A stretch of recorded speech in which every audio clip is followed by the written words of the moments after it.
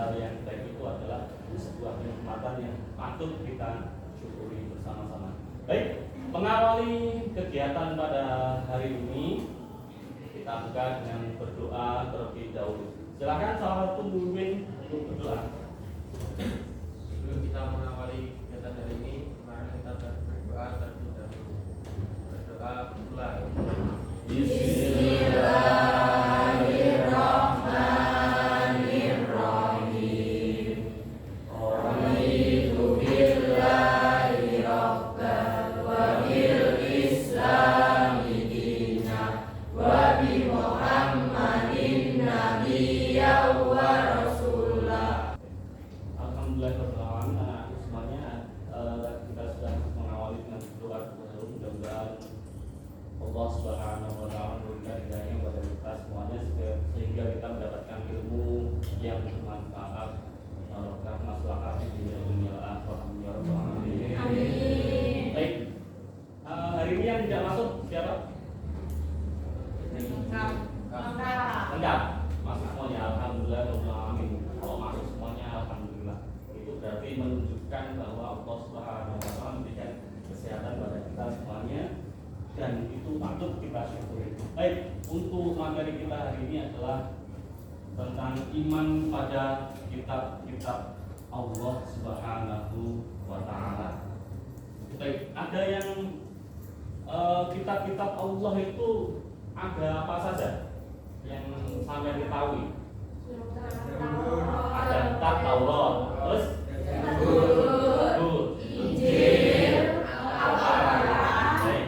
Jadi memang ketika kita mempelajari kitab-kitab Allah Subhanahu wa taala sebagai seorang generasi muslim kita wajib mengimaninya, wajib mempercayainya karena itu merupakan rukun iman.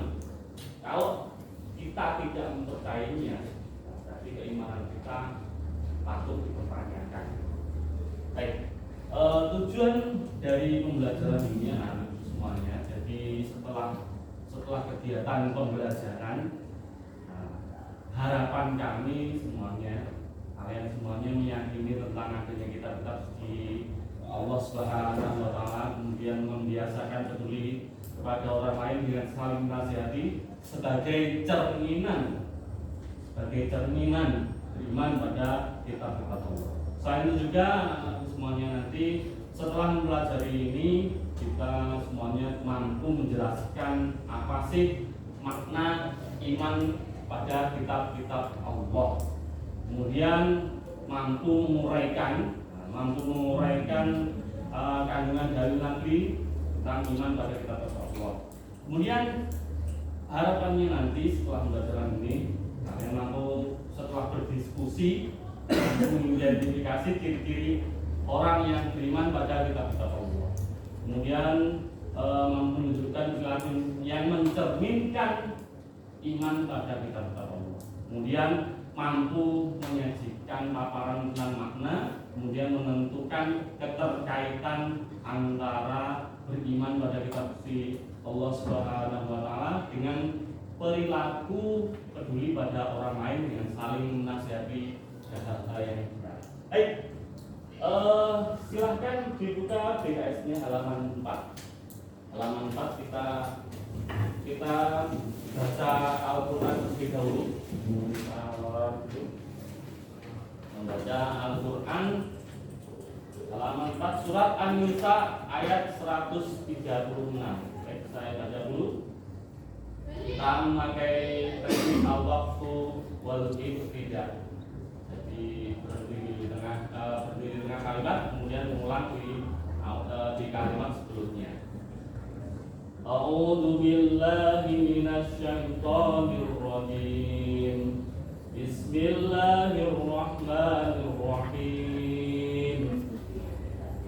Ya ayyuhalladzina amanu aminu billahi wa rasulihi wal kitabil ladzi nazzala ala rasulih. Baik, bersama-sama surat An-Nisa ayat 136. A'udzubillah 1 2 3. A'udzu billahi minasy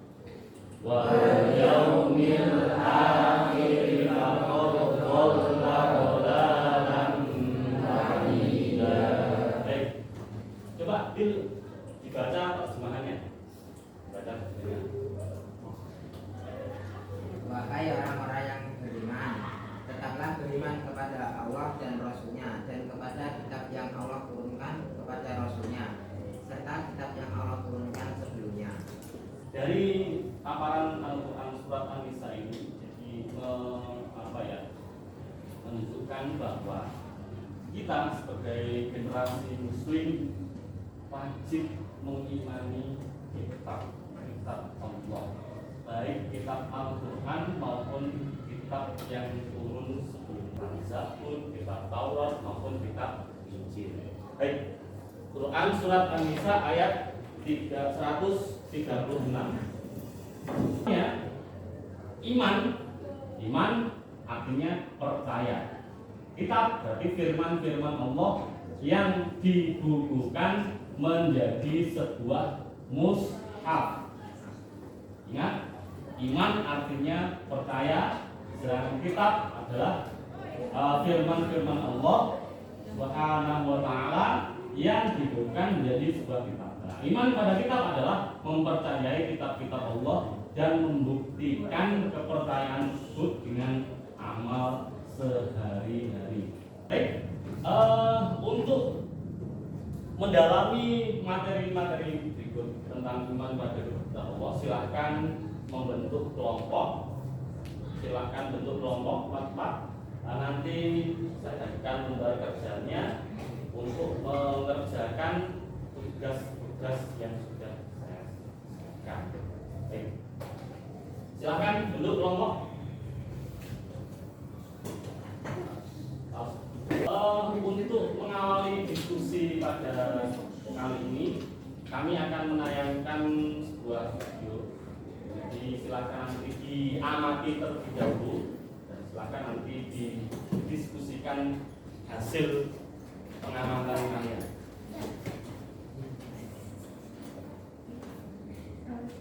Allah Subhanahu wa taala mewajibkan petunjuk tersebut kepada para nabi dan rasulnya dari mulai manusia pertama yaitu Nabi Adam alaihissalam yang kemudian diajarkan kepada umatnya sehingga kehidupan manusia pun penuh dengan kesejahteraan dan terhindar dari kesengsaraan yang mendatangkan perasaan tidak nyaman berupa ketakutan dan kesedihan. Sebagaimana firman Allah dalam Quran surat Al-Baqarah ayat 38, kami berfirman, turunlah kamu semua dari surga, kemudian jika benar-benar datang petunjukku kepadamu, maka barang siapa mengikuti petunjukku, tidak ada rasa takut pada mereka dan mereka tidak bersedih hati.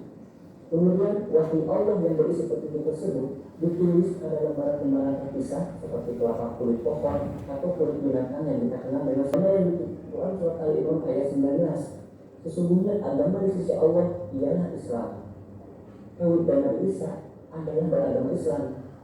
Baik, dari tayangan video ini silakan kami bagikan lembar kerjanya.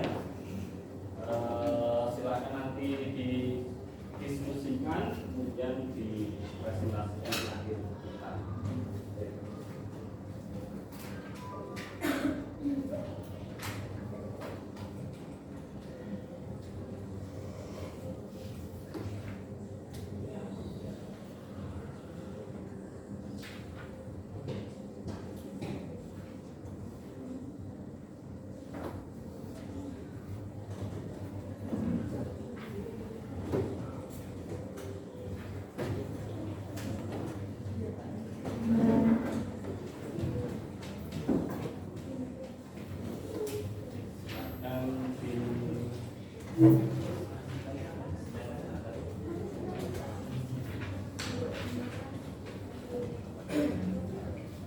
Oke, silahkan dikerjakan hasil tayangan video tadi, silahkan didiskusikan.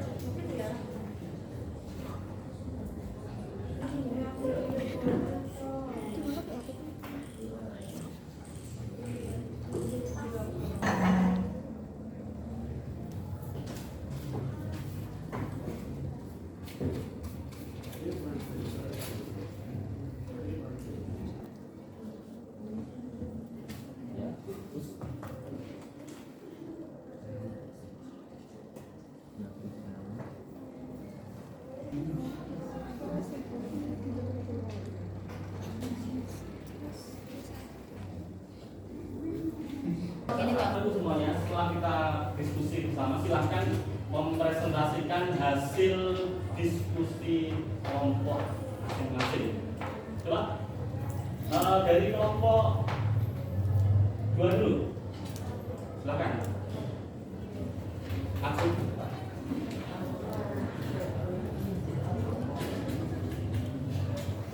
Langsung ya jalan.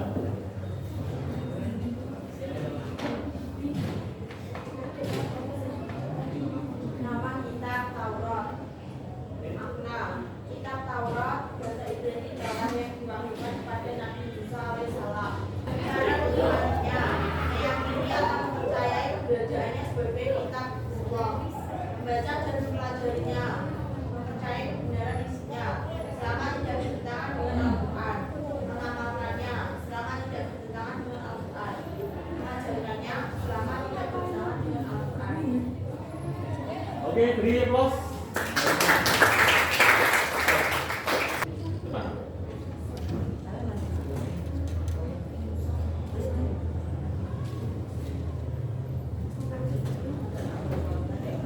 Silakan. Presentasikan. Silakan. Presentasikan. Nama kitab adalah kitab Zabur. Arti atau makna kitab Zabur biasa arti berarti Mismor atau Mazmur diwahyukan kepada Nabi Daud alaihissalam. Isinya tentang doa, zikir, pengajaran dan hikmah, dan diperuntukkan hanya untuk Bani Israel. Nabi Daud alaihissalam hidup di tanah Kanaan sekitar abad ke-10 sebelum Masehi. Zabur merupakan mengamalkannya selama tidak bertentangan dengan Al-Quran, mengajarkannya selama tidak bertentangan dengan Al-Quran. Oke. Kitab Zabur. Oke, beri aplaus yang mulia untuk Zabur. Anak-anak semuanya, untuk memperjelas hasil dari diskusi dan pembelajaran kita, silahkan link yang sudah saya berikan di grup kelas tadi diakses, kemudian soal-soalnya dikerjakan. Baik, dalam waktu 10 menit silahkan dikerjakan. Oke, diakses. Oke, silakan dulu ya. Sekarang.